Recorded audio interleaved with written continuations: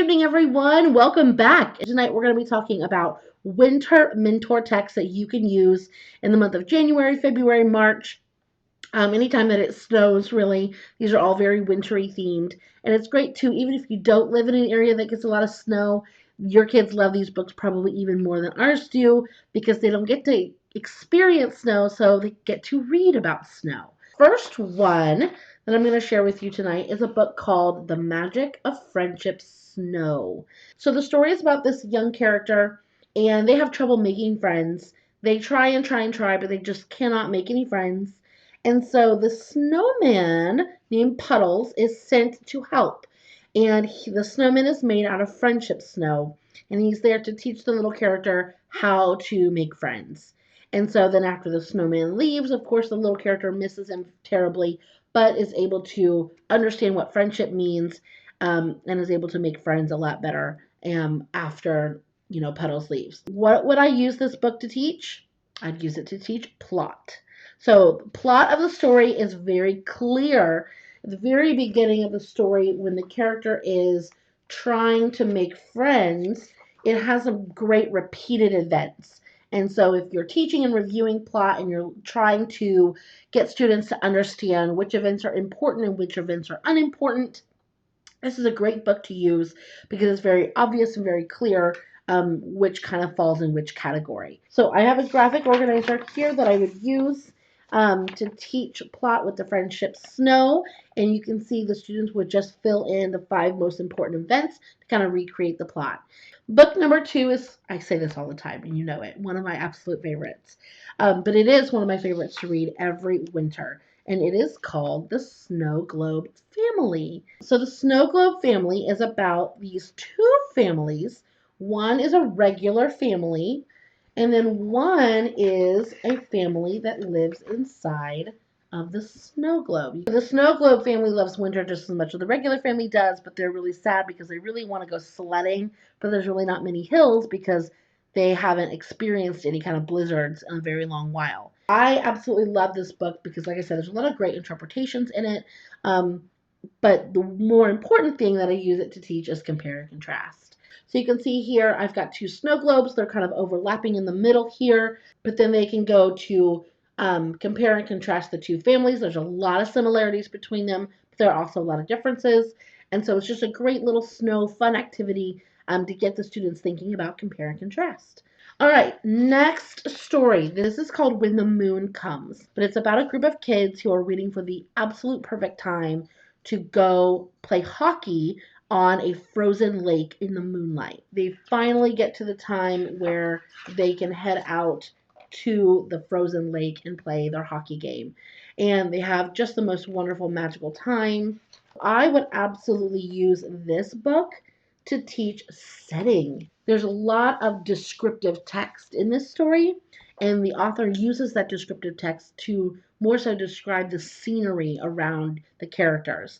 I would say this text focuses more on scenery than the actual development of the characters themselves. Here's the graphic organizer I have that we would use.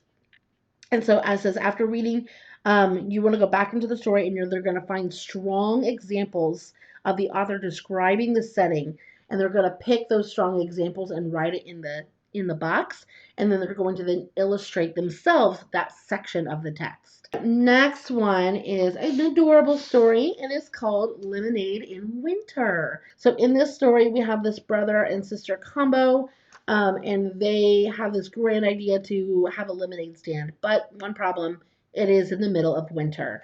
I love this story for problem and solution because it's a story that has kind of one essential problem. There aren't customers, right, for this lemonade stand, but the characters try multiple solutions that all kind of work together to create one big solution. So the graphic organizer that I have here is what I would use. I would have the students write out the problem, but then have them focus on 4 different steps to the solution, or 4 different solutions that the characters took to be able to solve the problem in the story. So the next book is called Sky Sisters. This is a story about 2 sisters, and they live somewhere clearly up north, but it is time for them to head out on their own, and they are heading out to go see the Northern Lights. Now, they don't call it the Northern Lights in the story. They actually call it sky spirits. And so these two young girls head out by themselves, completely by themselves. No adults, parents are fine with this, but they head out on a journey to go see these sky spirits. Um, and it's great because the whole book is their journey to this hilltop to then stop and see the Northern Lights. But it's great because you actually get to learn about the two sisters and their personalities really shine through as you're reading the story. Absolutely use this to teach characterization. Like I said, the personalities of the two sisters really come to life. They kind of bicker back and forth like sisters do, but you get to kind of see the leadership and the relationship in them. So the graphic organizer that I would use is just something simple here. I would name either of these characters, one for one sister, one for the other, and then kind of use them to just write out some descriptive detail about each character. Give me some traits to describe them. How are they feeling? How do they interact with their other sister? What can you tell from the story about this character? Last book. This book is called The Reader. So, The Reader is about this young boy and his dog, and they go out on a journey in the wintertime. This book is so simple. It is very, very simple to read. However, it's great for older grades because of how the story kind of changes throughout as you're reading it. Does that not just warm your heart? Like, I just love this character. I love the heart of this little boy because he works so hard. And you would think that any little child, right, who works that hard to get to the top of the hill would be so anxious to go down the hill, right away. But this character, this little boy, stops to play, stops to eat with his friend, and stops to read to his dog. And that is what makes this book so special. This story is perfect for teaching synthesizing.